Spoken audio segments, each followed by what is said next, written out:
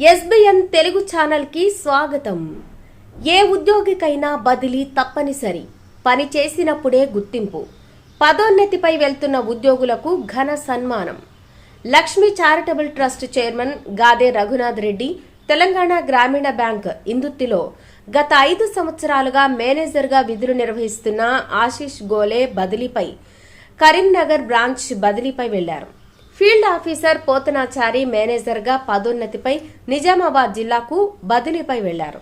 అకౌంటెంట్గా విధులు నిర్వహించిన రవిబాబు హుస్నాబాద్కు బదిలీపై వెళ్లారు. గత కొంతకాలంగా బ్యాంక్ అభివృద్ధితో పాటు రైతులకు, మహిళా సంఘాలకు అన్ని రకాల సేవలు అందించి నేడు పదోన్నతితో పాటు బదిలీపై వెళ్తున్న సిబ్బందికి తెలంగాణ గ్రామీణ బ్యాంక్ పరిధిలోని ప్రజాప్రతినిధులు, మహిళా సంఘాల ఆధ్వర్యంలో ఘన సన్మానం నిర్వహించారు. అనంతరం Lakshmi charitable trust chairman, senior journalist Gade Raghunath Reddy మాట్లాడుతూ తెలంగాణ గ్రామీణ బ్యాంకు మూసివేసే పరిస్థితుల్లో నుండి నేడు జిల్లాలోని ఆదర్శ బ్యాంకుగా తీర్చిదిద్దిన ఘనత మేనేజర్ ఆశీష్ గోలేతో పాటు ఫీల్డ్ ఆఫీసర్ పోతనాచారికి దక్కుతుందని కొనియాడారు. 5 సంవత్సరాలుగా ఎక్కువ కాలం బ్యాంకు మేనేజర్గా సేవలందించిన మేనేజర్గా గుర్తింపు పొందడం జరిగింది. ఏ ఉద్యోగికైనా సక్రమంగా విధులు నిర్వహించినప్పుడే ఇలాంటి సన్మానాలు పెద్ద ఎత్తున నిర్వహిస్తారని తెలిపారు. అనంతరం లక్ష్మీ చారిటబుల్ ట్రస్ట్ ఆధ్వర్యంలో బదిలీపై వెళ్తున్న ఉద్యోగులకు మెమంటోలతో, శాలువాతో ఘన సన్మానం చేశారు. అనంతరం తాజా మాజీ సర్పంచులు, మహిళా సంఘాల అధ్యక్షులు, సిబ్బంది, గ్రామస్తులు పెద్ద ఎత్తున శాలువాలతో ఘనంగా సన్మానించి బహుమతులు అందజేశారు.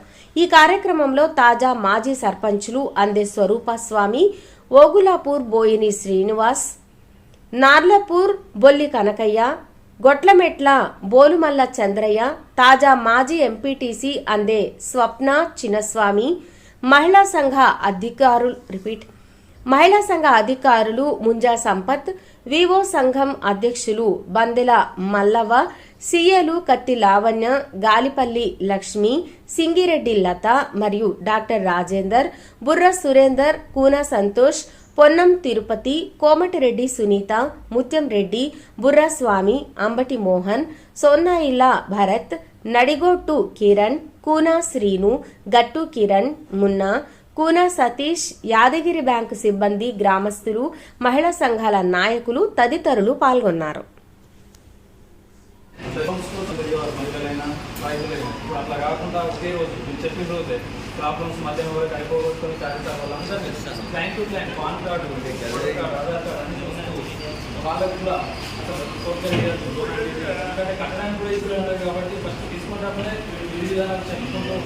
మహిళా సంఘాల ముందు తీసుకెళ్లడంలో చాలాసార్లు నేను ప్రత్యేకించి అభినందిస్తున్నాను.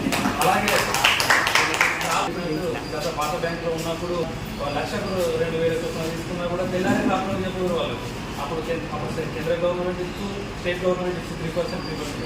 అవన్నీ కూడా అప్పుడు మేనేజర్లు చెప్పలేదు, రైతులకు తెలియక అట్లా తీసుకుంటూ అట్లా లాస్ అయ్యారు. ఇప్పుడు ఎలాంటి అసలు లేకుండా మిట్టి కడితేనే మాఫీ చేస్తూ 3% ఎప్పుడైతే స్టేట్ గవర్నమెంట్ బంద్ చేసినా సెంట్రల్ గవర్నమెంట్ ఇస్తున్న రైతులకు ఫోన్ చేస్తూ ఏడాది ఇంకా 10 రోజుల ముందు ఉండగానే లోన్ రెన్యువల్ చేసుకుంటే మెసేజ్తో పాటు ఫోన్ చేయడంలో ఫీల్డ్ ఆఫీసర్ గారు కానీ, మేనేజర్ గారు కానీ రైతులకు ఎంతో సహాయపడ్డారు. దీనికి ప్రత్యేకించి మేము అభినందిస్తున్నాం. మా ఇందుకు తెలంగాణ గ్రామీణ బ్యాంక్ తరఫున రైతులకు ఎందుకంటే మాకు యువనాయకుల ల్యాండ్ ఉంది. నేను యూనియన్ బ్యాంక్ పోతే ఈరోజు క్యాష్ పెడితే రేపు రమ్మంటారు, మొత్తం ఇంటితో సహకట. కానీ మనకు అక్కడ లేదు. ఇప్పటికి కూడా మురుగనూరులో కానీ, కుటుంబాల్లో కానీ, కేడీసీసీ కానీ అట్లాగే ఒక మన బ్యాంక్ ఇంత ఫెసిలిటీస్ కల్పించిన ఆశీష్ గోలే సార్ గారిని ఎప్పటికీ మర్చిపోలేము. ఎందుకంటే అప్పుడు అదే సార్ ఉంది. సార్ తక్కువ కాలం చేసినా కానీ ఇళ్ళలో పోయి చెప్పైనా అసలు కట్టించుకునేవాడు. కొంచెం సార్ రికవర్లో కూడా కొంచెం చేశాడనడం తప్పేం లేదు. ఆ తర్వాత వచ్చిన చారీ సార్ కానీ, మేనేజర్ కానీ ఉదయం 8 గంటలకు గ్రామాలు పోయి రికవర్ చేయడంలో, ఆ రైతులకు లాస్ అయ్యే పద్ధతిలో, లాభం వచ్చే పద్ధతిలో, లాస్ నుంచి లాభం తీసుకురావడంలో ముందున్నదని తెలియజేస్తూ ఇప్పుడు వచ్చిన స్టాఫ్ కూడా అలాగే రైతులకు కానీ, మహిళా సంఘాలకు కానీ ఉపయోగపడాలి. అందులో భాగంగా మళ్ళీ మన బ్యాంకు ఇది 2 జిల్లాల సరిహద్దులో ఉంటుంది. ఇక కోయడ మండలం, సిద్దిపేట జిల్లా, కరీంనగర్ జిల్లా. కరీంనగర్ మండలం కొల్లాపూర్, జయగంపల్లి, ఇందుర్తి, గుంగులపల్లి, నవాపేట ఈ 5 గ్రామాలు. కోయడ మండలం వచ్చేసి వరపూర్, రామచంద్రాపూర్, నారాయణపూర్, శాంతినగర్, గుర్ల మీద ఈ 10 గ్రామాలు 2 జిల్లాల సరిహద్దుగా ఉన్నది. బ్యాంకును నడిపించడంలో సార్ కానీ మేనేజర్ గారు కానీ చాలా కృషిపడరు. ఇంకా ముఖ్యం ఏంటంటే వాళ్ళు వచ్చినప్పుడు రోడ్లు లేవు. అప్పుడు ఎమ్మెల్యే గారికి వచ్చి సార్ చెప్పాడు, సార్ మహిళలు బ్యాంక్ ముందు బ్యాంకులు ఉన్నాయి, మహిళా సంఘాలు వెళ్ళిపోతున్నాయి, రైతులు రావట్లేదు, ఆటోలు రావట్లేదు అని నవపేట సంఘాలు కొన్ని వెళ్ళిపోయినాయి కూడా ఈ రోడ్డు లేక. రోడ్ వచ్చింది, ఇంత మంచి బ్యాంక్ వచ్చింది, బంగ్లా వచ్చింది, అన్ని వసతులు వచ్చాయి, కానీ ఆఫీసర్లు పోతున్నారు. సరే ఏమైనా ఒక తప్పదు, ఈ బ్యాంకు మూసేసే ఉందామని చూశాను. ఇక్కడ సభ్యులు కొరకు చెప్పి వస్తున్నాను, కానీ నేను ఇక్కడే ఉండి సర్వీస్ చేద్దాము, మంచి చేద్దామని చెప్పి ఆలోచనతో ఇదంతా ఇచ్చాను. కాకపోతే పిల్లల స్టడీ గురించి ఉత్సవాలు ఉండాల్సి వచ్చింది. ఇక్కడ చేసిన సర్వీస్ ఎప్పటికీ మర్చిపోలేను. వినయ్ సార్ కానీ, చారీ సార్ కానీ, మిగతా స్టాఫ్ కానీ ఇంత సహకారం చాలా బాగుంది. వినయ్ సార్ నేను చెప్పాలంటే ఏ బ్రాంచ్లో నేను దాదాపు 4 బ్రాంచ్లు 5 బ్రాంచ్లు చూశాను. ఈసారి ఒక కమిట్మెంట్ వేరే కమిట్మెంట్. కస్టమర్ ఒక ప్రాబ్లం వచ్చింది, ఒక ఇబ్బంది పడుతున్నాడు అని సార్కి తెలిసిందంటే సొల్యూషన్ చూపించే వచ్చిందాకా సొల్యూషన్ వచ్చిందాకా సార్ నిద్రపోడు.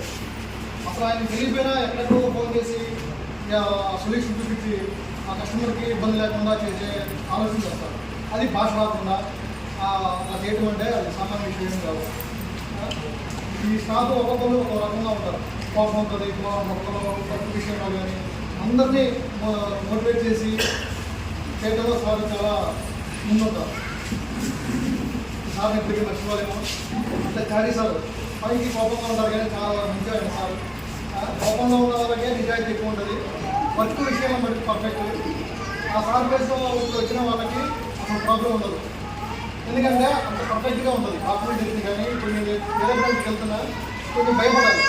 మీరు అనుకున్న సార్ ఏం మాట్లాడుతూ అదే టోటల్ అవుట్పుట్ అనేది కొంచెం ఎక్కువ ఉంటుంది. దానివల్ల చాలా సరి కొంచెం సోప్ ఎక్కువ అనుకుంటుంది. నా యొక్క పాయింట్ మనం చేసేసి ఎక్కడ మనం ఏదో బ్యాంక్ ఎంప్లాయీగా వర్క్ చేసినాం, ఏదో ప్రాపర్గా కల్టివేషన్ చేసినాం, లేకపోతే చిన్న పని చేస్తున్నా కదా మనం చేసే పనులు మనం నిజాయితీగా ఉండాలి. మనం పక్క వాళ్ళకి అచ్చకూడదు, మనం సంపాదించినప్పుడు మనం అదే వదులుకోకూడదు. ఇటువంటి మిస్టేక్స్ కూడా మన వాళ్ళు పక్క వాళ్ళు బాధపడకూడదు, వేరే వాళ్ళు ఇచ్చినప్పుడు మనం బలవకూడదు అనే సిద్ధాంతం మనం ఇదే సిద్ధాంతం పనిచేస్తుంది. ఇప్పుడు నాకైతే కానీ కష్టపడి పని చేయకపోయినా నా మాదిరిగా నా పని కేజీ దగ్గర ఏం ఫెసిలిటీ లేదు. తర్వాత కస్టమర్స్ ప్రాబ్లమ్స్ చూసినాం. మేము స్టార్టింగ్లో ఏముంటుంది, బిజినెస్కి మైండ్లో లేదు. బిజినెస్ ఎక్కడ ఏముంటుంది, మెయిన్ ఎన్పిఏ అంటే ముండి బాకీ. ఇది బ్యాంకుకి రికార్డ్ ఏముంటుంది అప్పుడు రీజన్లో గలీజ్ బ్రాంచ్ అంటే పనిషేబుల్ బ్రాంచ్ అంటే వేరే వాళ్ళకు అక్కడ పంపిస్తే ఏపీలో పనిష్మెంట్ ఇచ్చిన ఆఫీసర్కి ఇలా ఉంటుంది.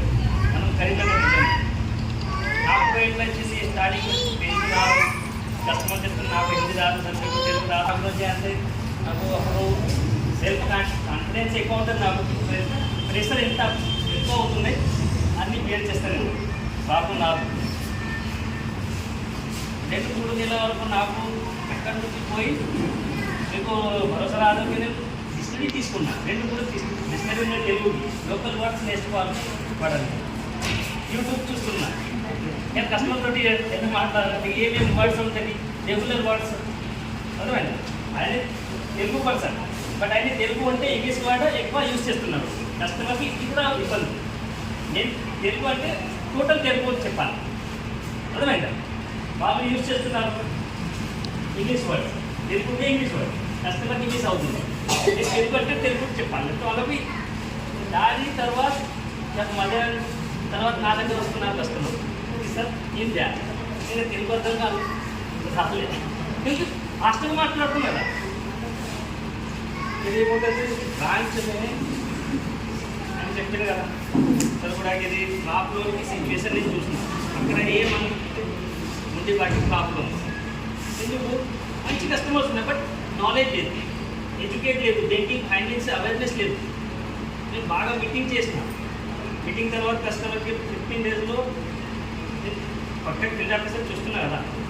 నేను ఓన్లీ స్వామి గారు పోయింది ఆగే లోకల్ లీడర్స్ ఎవరు తీసుకొస్తున్నారు వాళ్ళు హిస్టరీ చూస్తున్నాను. డాక్యుమెంట్ అన్ని సిస్టంలో ఉంటాయి కదా, రికార్డ్ ఎవరెవరు పెండింగ్ ఉన్నారు, ఎవరికి గ్యారంటీ అనేది వచ్చింది, ఆయన ఎవరు గ్యారంటీ, ఆయన ఎవరు గ్యారంటీ అయినా అన్ని డేటా కలెక్షన్ చేసి కొంచెం సొల్యూషన్ ప్రకారం చేసిన ఇప్పుడు మీరు ఆయనకు ఎందుకు వస్తున్నారు, మీ బ్యాక్గ్రౌండ్ చూసుకో, ఆయన బ్యాక్గ్రౌండ్ చూసుకో, మళ్ళీ చిన్న చిన్న ప్రాబ్లం కోసం చేయకుండా అయితే మీరు కూడా ఇప్పుడు ఇది ఖరాబ్ అర్థమైంది. నిజం మనం పని చేయకపోతే మీరు చెప్పండి, నేను కస్టమర్కి ఇబ్బంది పెడుతున్నా పరిశాని అయితే నాకు క్లెయిమ్ చేయండి. ఎట్లా అయింది మీరు ప్రాబ్లంకి చెప్పిన వడ్డీకి వెళ్ళి 15 days తర్వాత ఆర్ఎన్సీ పిటిషన్ ఫిట్ ఆఫీసర్ అనుకోలేదు వడ్డీ మీద ఎట్లా చేయాలి రెన్యువల్స్ ముందు సర్వీస్ ఇస్తే వాళ్ళు వస్తుంది. ఇంకోటి వాళ్ళకి సర్వీస్ కింద